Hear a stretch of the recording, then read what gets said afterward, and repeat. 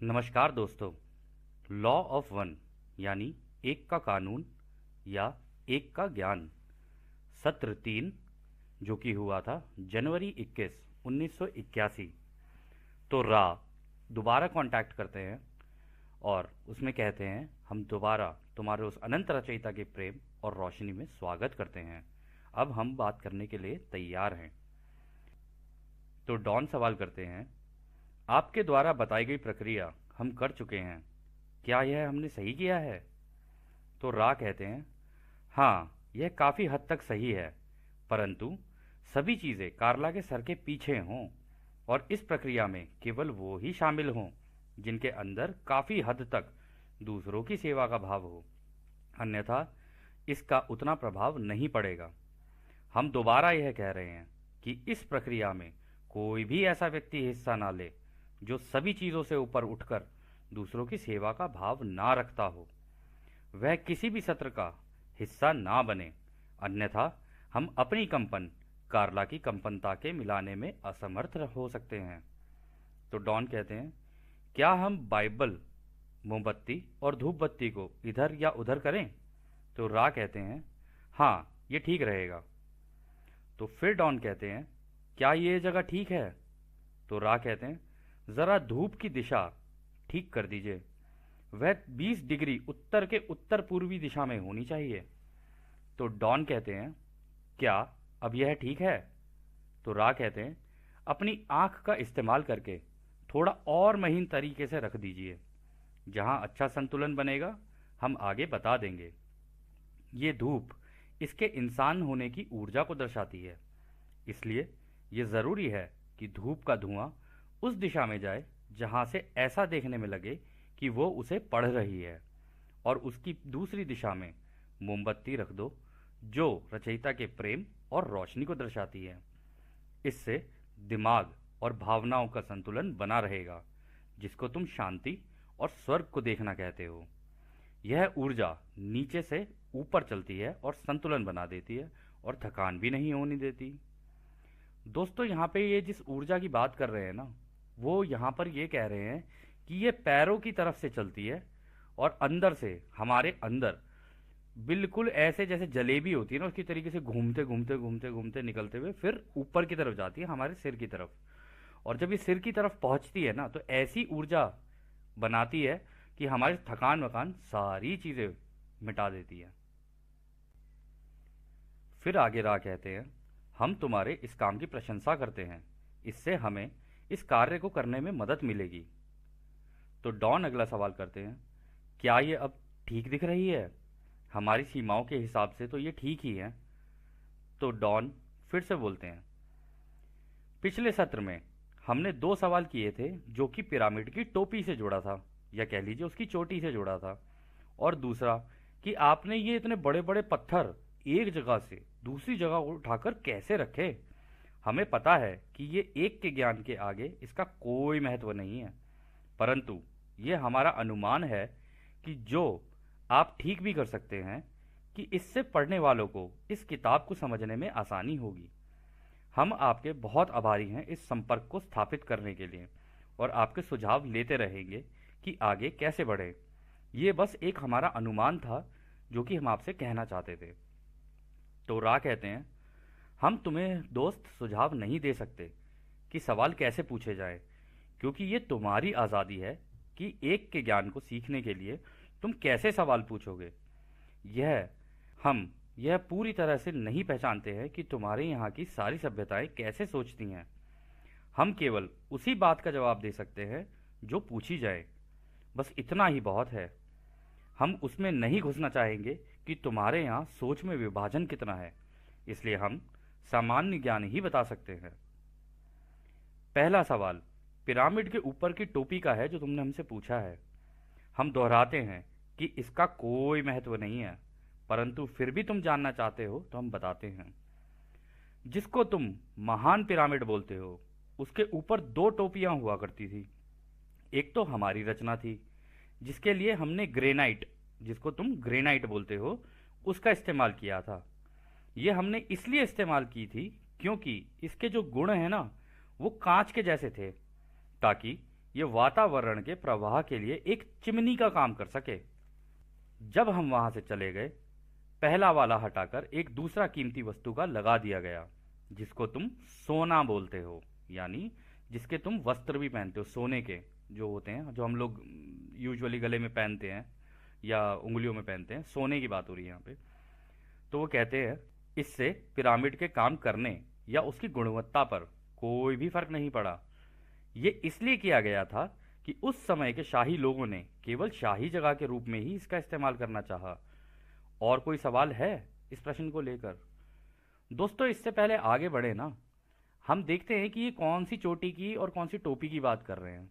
तो अभी आपकी आंख के सामने ये जो इमेज आपको दिख रही है, ये जो पिक्चर आपको दिख रही है, चित्र जो आपको दिख रहा है, इसमें आप यहाँ ऊपर देख रहे हैं, ये इधर, ये जो ऊपर का हिस्सा है ना, यहाँ पे पहले ग्रेनाइट का बनाया था इन्होंने। और ये जो ऊपर है, आप चोटी देख रहे हो ना, ये चोटी चोंच जैसी नहीं थी, ये हल्की सी खुली हुई थी। तो इसकी वजह से जो हवा है और जो ऊर्जाएं हैं वो ऊपर से अंदर की तरफ घुसती थी और चारों तरफ इसके अंदर एक वातावरण को बनाती थी। तो ये आपके दिखाने के लिए था। खैर, हम आगे चलते हैं। तो डॉन कहते हैं, चिमनी से आपका क्या मतलब है? इसका काम क्या था? तो रा कहते हैं, इसका काम इस इमारत के अंदर के माहौल को ताज़ा रखने का था, क्योंकि ऊपर से वातावरण की हवा अंदर तैरते हुए आती थी। तो अगला सवाल डॉल करते हैं, और ये इतने बड़े बड़े पत्थर कैसे इधर से उधर किए गए? तो रा कहते हैं, तुम्हें अपनी आंखों के सामने एक तस्वीर बनानी होगी कि ये सारी रचना हुई कैसे। एक ऊर्जा है जो कि सीमित है, पर तुम्हारी समझ के हिसाब से बहुत बड़ी है। ये बात तुम लोगों को पता है, पर तुमने इस पर इतना ध्यान नहीं दिया। दोस्तों, जानते हैं यहाँ पर ये किस ऊर्जा की बात कर रहे हैं? अंग्रेजी में इसको जीरो पॉइंट एनर्जी कहते हैं। आगे जाके राय इसको कहेंगे इंटेलिजेंट एनर्जी, यानी बुद्धिमान ऊर्जा। इस ऊर्जा के अंदर बुद्धिमानी होती है, मतलब दिमाग होता है अपना। आपने इस ऊर्जा को पक्का देखा होगा। और कैसे? इस तरीके से कि आपने जब कभी अपनी आंखें मूंदते हो ना, आंखें मूंद कर जैसे आप हटते हो और अचानक से आंख के आसपास एक वो सफेद सफेद छोटे छोटे लाइट की सी चीज आती है, जो आती है गायब हो जाती है, आती छोटे छोटे से कण से होते हैं, आते हैं गायब हो जाते हैं, आते हैं गायब हो जाते हैं। तो ये हमको और आपको ऐसा लगता है कि इस खाली हवा के अंदर केवल हवा है। ऐसा नहीं है, ये पूरी की पूरी इसी ऊर्जा से भरी हुई है। ये आपको दिखती इसलिए है क्योंकि जब आप आंखें मूंदते हो ना, उसके बाद जब आप आंखें खोलते हो, तो आंखें खोलने पर आपकी आंख ना एक एडजस्टमेंट सी कर रही होती है, मतलब अपने आप का संतुलन सा बनाने की कोशिश कर रही होती है। तो जब वो संतुलन को बना रही होती है ना, तो ना चाहकर भी जाने अनजाने आपको ये ऊर्जाएं दिखने लग जाती हैं। इसी को अंग्रेजी में, साइंस में फोटॉन्स भी कहा जाता है, या कह लो एटम भी कहा जाता है। मतलब छोटी छोटी होती है, बहुत छोटी छोटी। खैर, ये बताने के लिए था आपको। तो अब हम आगे चलते हैं। तो इसके आगे रा कहते हैं, इस ऊर्जा में भी अपना दिमाग है, कह लो कि ये बुद्धिमान है। इसमें भी क्रम है, जैसे कि 1 से 2, 2 से 4, ये भी ऐसी आगे बढ़ते हुए चलती हैं। जैसे कि तुम्हारे लोग एक तरीके के क्रम के बने हुए हैं और अलग अलग ढांचा, आकार, विचार, विस्तार, और हर एक अपनी बुद्धिमानी का इस्तेमाल करते हुए आगे बढ़ता है और अपना संतुलन बनाता है। उसी तरह के क्रम की बुद्धिमानी हर एक कण कण में है, जिसको तुम अंग्रेजी में एटम बोलते हो। दोस्तों, इस किताब को समझने के लिए ना आपको थोड़ा सा तो अपने दिमाग का इस्तेमाल करना पड़ेगा, और जितना आप ज़्यादा दिमाग का इस्तेमाल करोगे ना, उतना ही आपको ये अच्छी लगती जाएगी और उतना ही अच्छे से समझ में आएगी। हम पूरी कोशिश करेंगे कि आपको आपके तरीके से इसको बता सकें, पर फिर भी कोशिश तो आप ही की रहेगी। आप अगर समझ पाए तो समझ जाना। एटम क्या होते हैं? एटम होते छोटे छोटे से कण होते हैं। हमारा पूरा शरीर एटम्स का बना हुआ है। हमारा शरीर, ये दीवार, हर चीज एटम की बनी हुई है। जमीन, हवा, पानी, सब एटम के बने हुए हैं।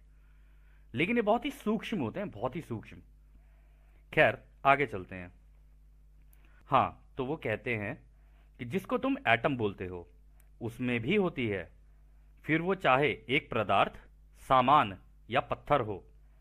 जब कोई उस बुद्धिमानी से बात करना सीख लेता है, या कह लो कि उसकी सोच से अपनी सोच मिला देता है, तो वो सीमित ऊर्जा, चाहे वो भौतिक हो या कह लो शारीरिक हो या फिर रासायनिक हो यानी केमिकल की हो, यदि उससे आग्रह या निवेदन करें तो वह अपनी इच्छा से टूटकर या कह लो चकनाचूर होकर एक जगह से दूसरी जगह जाकर कोई भी अनंत रूप जो तुम्हारी इच्छा हो धारण कर सकती है, फिर वो चाहे किसी भी घनत्वता की हो। बस। अच्छा दोस्तों, हमने आपको पहले भी बताया था कि घनत्वता क्या होती है। अब हमारे शरीर की घनत्वता कुछ और है। आप अपने शरीर को अगर छुओगे तो इसकी घनत्वता कुछ और है। टेबल छुओगे घनत्वता कुछ और मिलेगी, दीवार छुओगे कुछ और मिलेगी। ये सारा खेल जो है ये है वाइब्रेशन का और फ्रीक्वेंसी का, या कह लो कंपनता का। कोई चीज अगर तेजी से कांप रही होगी तो उसकी घनत्वता हल्की होगी, पतली। लेकिन कोई चीज धीरे अगर कांप रही होगी तो वो हार्ड हो जाएगी, सख्त। ये पूरा खेल घनत्वताओं का है और ये पूरा खेल वाइब्रेशन और फ्रीक्वेंसी का है। जैसे जैसे हम आगे बढ़ेंगे ना, आपको सब कुछ धीरे धीरे समझ में आएगा। तो वो कहते हैं बस ये संबंध बनाकर आग्रह करना होता है और अपनी इच्छा व्यक्त करनी होती है। इसी को अनंतता कहा जाता है, क्योंकि इससे कुछ भी हो सकता है। ये ही वो बुद्धिमानी है जो हर चीज में है, फिर वो चाहे पत्थर ही क्यों ना हो, क्योंकि उस एक रचयिता ने अपनी बुद्धिमानी हर चीज में डाल दी है और प्रेम से आग्रह करने पर जैसा चाहो वैसा हो सकता है। ये वो ज्ञान है जो तुम अभी सीख नहीं पाए हो, क्योंकि तुम्हें सब कुछ सामान्य देखने में लगता है, क्योंकि तुम अपनी बुद्धिमानिता रचयिता की बुद्धिमानिता की दिशा में नहीं ले पाए हो। तो दोस्तों, ये जो कहानी है ना, ये है कि अगर कोई रचयिता की तरह सोचने लग जाए और धीरे धीरे ध्यान अवस्था में प्रैक्टिस करना शुरू करे, यानी मतलब एक तरीके से आप ये कह सकते हो कि अगर आप ध्यान अवस्था में प्रैक्टिस करते जाओगे करते जाओगे करते जाओगे करते जाओगे, तो एक वक्त ऐसा आ जाता है कि आपकी बुद्धिमानी और रचयिता की बुद्धिमानी एक हो जाती है, जिसने इस पूरे ब्रह्मांडों समस्त ब्रह्मांडों की रचना की है। और एक बार उस बुद्धिमानिता का अगर आपको उससे मैच कर गया तो आप ये सोच लेना, आप इसी हवा में से कुछ भी बना लोगे, जिसको आप जादू बोलते हो, मैजिक बोलते हो। अरे ये तो कुछ जादू हो गया। जादू नहीं हुआ है ये हुआ है कि आपको उस अनंत रचयिता की बुद्धिमानी पता चल गई। और क्योंकि ये सब इसी ऊर्जा से बना है, तो इस ऊर्जा से खेलना शुरू कर देते हो आप। इसी ऊर्जा को कैसा भी रूप दे दोगे आप। इसके इसी हवा के अंदर से चिड़िया निकाल लोगे, इसी हवा के अंदर से अपना खाना निकाल लोगे, इसी हवा के अंदर से आप कुछ भी कर सकते हो। ये बहुत महत्वपूर्ण चीज है। खैर, आगे चलते हैं। तो डॉन कहते हैं, इससे मुझे एक बात याद आई जो हमने सुनी है कि अगर तुम्हारी आस्था हो तो तुम एक पहाड़ को भी इधर से उधर कर सकते हो। शायद आप ये ही कहना चाहते हैं, और यह मेरा अनुमान है कि अगर आपको एक के ज्ञान की पूरी जानकारी हो तो आप ये सब चीजें आराम से कर सकते हैं। क्या मैं सही कह रहा हूं? तो रा कहते हैं, ये जिसे तुम आस्था कह रहे हो ना दोस्त, ये ही तो वो मील का पत्थर है जिसको लांघना होता है, जिसको लांघकर आगे जाया जाता है। क्योंकि जैसे ही ये लांघते हैं, रचयिता की अनंतता का द्वार खुल जाता है। वरना सीमित जानकारियों को ही साबित करने में जीवन और समय पूरा निकल जाता है। परंतु तुम्हारी समझदारी या जानकारी के हिसाब से ये ठीक है कि आस्था और बुद्धिमान अनंतता एक है। हालांकि एक तो आध्यात्मिक ज्ञान है, यानी इस अनंतता की बुद्धिमानिता को जानना एक आध्यात्मिक ज्ञान है जिसको जाना जाता है, और दूसरा है जिसको माना जाता है, जो कि इसको कलम से लिखे हुए में ढूंढने की कोशिश करते हैं। तो यहाँ पे दोस्तों राय ये कह रहे हैं कि देखो, मान्यताएं तुम्हारी हो सकती हैं, जो तुम मानना चाहते हो, बचपन से मानते आए हो, ठीक है, वो तुम्हारे लिए ठीक है, क्योंकि वो तुमने सीखा है बचपन से, जो भी है। कह रहे लेकिन अगर तुमने इसे लांघ कर आगे जाकर ये जानने की कोशिश नहीं की ना कि ये ब्रह्मांड की रचना किसने की, इसमें हम कहां आते हैं, हमारा क्या उद्देश्य है, और आगे पहले ब्रह्मांड में क्या हुआ, अब क्या हो रहा है, आगे क्या होगा, इन सारी जानकारी को प्राप्त करने के लिए ना इन सब चीज़ों की ज़रूरत पड़ती है, और जो सब चीज़ें हैं वो है अनंत बुद्धिमानिता, उस अनंत रचयिता की। तो फिर आगे डॉन एक और सवाल करते हैं। कहते हैं, तो फिर यदि कोई एक व्यक्ति एक का पूरा ज्ञान ले लेता है और अपनी जिंदगी एक के ज्ञान के हिसाब से जीता है, तब इस तरह की इमारतें केवल अपने दिमाग की शक्ति का इस्तेमाल करके बनाना एक आम बात हो जाती होगी। क्या मैं ठीक कह रहा हूं? रा कहते हैं, नहीं, ये ठीक नहीं है, इसमें भेद है। केवल एक व्यक्ति के दिमाग की शक्ति का इस्तेमाल और पूरे समाज की दिमाग की शक्ति का इस्तेमाल, इस एक के ज्ञान को लेकर ये काम करना, इसमें फर्क है। पहली स्थिति में एक व्यक्ति जो पूरा पवित्र हो एक पहाड़ को हिला सकता है, परंतु पूरा समाज यदि रचयिता की एकता को समझकर ये काम करता है तो वो पहाड़ों को हिला सकता है। इसके लिए जिस घनत्वता को समझना होता है वो प्रेम की होती है, कि ये प्रेम कैसे काम करता है। और जिसे प्रेम का ज्ञान हो जाए उसको ये समझना होता है कि ये रचयिता की रोशनी कैसे काम करती है। जो रोशनी के ज्ञान को समझ लेता है वो एक के ज्ञान की तरफ बढ़ चलता है, और जो एक के ज्ञान को समझकर आगे चलता है वो अमर होने के ज्ञान की तरफ बढ़ जाता है। हम इसके आगे का नहीं बता सकते, क्योंकि एक बन जाने के बाद सब बन जाना होता है, क्योंकि सब बन जाना ही परम ज्ञान है। हम भी उसी की तरफ बढ़ रहे हैं, परंतु अभी भी हम राही हैं, यानी एक का ज्ञान। हम भी निरंतर आगे बढ़ रहे हैं हमारे भाइयों, और तुम भी धीरे धीरे निरंतर आगे ही चल रहे हो। तो अगला सवाल डॉन करते हैं, तो क्या पिरामिड आपके ग्रहों के समूह के लोगों ने मिलकर साथ में बनाया था? तो रा कहते हैं, ये पिरामिड हमने अपनी सोच की शक्ति का इस्तेमाल कर बनाया था। पहले उसका खाका अपने दिमाग में बनाया और फिर धरातल पर उतार दिया। अगला सवाल डॉन करते हैं, तो इसका मतलब है कि ये पिरामिड आपने अपनी सोच को केंद्रित करके एक ही जगह पर बना दिए, बनस्पत इसके कि पत्थरों को एक जगह से दूसरी जगह करके। क्या मैं ठीक कह रहा हूं? तो रा कहते हैं, ये पिरामिड हमने कभी ना मरने वाले अनंत टिकने वाले पत्थर से बनाया है। बाकी के पिरामिड्स पत्थरों को एक जगह से दूसरी जगह ले जाकर बनाए गए हैं। तो डॉन कहते हैं, ये अनंत पत्थर क्या होता है? तो रा कहते हैं, अगर तुम विचार के आकार के सिद्धांत को समझ जाओ तो तुम्हें पता चलेगा कि वो केवल एक नियमित आकार है, ना कि ऊर्जा की तरंगे जो कि हर चीज में होती हैं, चाहे वो एक पत्थर ही क्यों ना हो। यदि तुम ऊर्जा की तरंगों को अपनी सोच से एक जगह एकत्रित करके एक आकार दे दो तो वो एक रूप ले लेती हैं, और अगर उस रूप की ऊर्जा से निवेदन करो तो वो रूप, वह पत्थर अपने आप अपनी मर्जी से ले लेता है। क्या हम इसको और आसान तरीके से बताएं? तो डॉन कहते हैं, हाँ, यह हमारे लिए समझना मुश्किल हो रहा है, पर मैं सोच रहा था कि इसका मतलब है ये पिरामिड काफी सारे चौकोर पत्थरों को एक जगह एकत्रित करके बनाया गया है, ना कि एक ही पत्थर से एक ही बार में एक जगह बनाया गया है। तो रा कहते हैं, दोस्त, हम तुम्हें पहले ही ये बताना चाहेंगे कि एक के ज्ञान का सबसे बड़ा हिस्सा उलझन का ज्ञान है। इसको तुम कुछ भी करने की आजादी भी बोलते हो। हम एक दिमाग, शरीर और आत्मा का संतुलन का इलाज करने वाली मशीन बनाना चाहते थे, जो कि जितना हो सके कारगर काम करे। हालांकि हम नहीं चाहते थे कि ये लोगों को रहस्यमयी लगने लगे और वो हमारी पूजा करने लगें कि वह क्या चमत्कारी इमारत है। इसलिए ये बनाई हुई लगती हैं, ना कि एक सोच।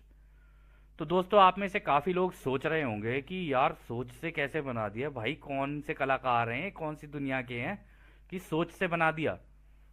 तो दोस्तों, आपको ना इसको समझने के लिए अपने दिमाग में एक चीज सोचनी होगी, एक एक चित्र सा अपने दिमाग के अंदर चलाना, अगर आपको समझना है तो।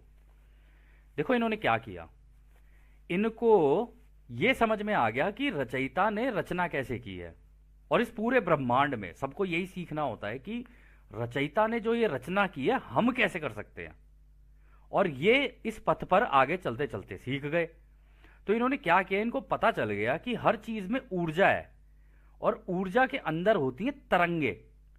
इसको आप इंग्लिश में ना, एक अंग्रेजी में अगर आप देखोगे तो अंग्रेजी में इसको स्ट्रिंग थ्योरी भी बोलते हैं, कि जितने भी चाहे आप किसी भी कण के अंदर ही अंदर अंदर ही अंदर घुसते चले जाओगे ना, तो अंत में जाके ना आपको वहां पे ऊर्जा, कांपती हुई ऊर्जाएं ऊर्जाएं दिखेंगी। ऐसा लगता है जैसे करंट नहीं होता, ज़्ज़ करके कांप रहा हो, उसके अंदर बिल्कुल करंट कांप रहा होता है। और आपका ये जो पूरा शरीर बना हुआ है ना, आपका जो दिमाग बना हुआ है, ये पूरा आपको लगता है ये तो ठोस शरीर है मेरा, अरे छोड़ो ना यार क्या हो गया। इसके अंदर एक एक कण के अंदर ये इस तरीके की करंट चल रहा है इस वक्त, ज़्ज़ करके। इसलिए आपके साथ कभी होता भी होगा, आपने कोई चीज टच की है, कट करके एकदम से करंट लगता है हाथ में और चीख निकल जाती है, उई माँ। तो वो जो चीख निकलती है ना, वो इसी वजह से निकलती है क्योंकि आप भी करंट और सामने वाला ऑपोजिट करंट हुआ, एकदम से टच करते एकदम से करंट लगता है। तो उसी की यहां पर ये बात हो रही है।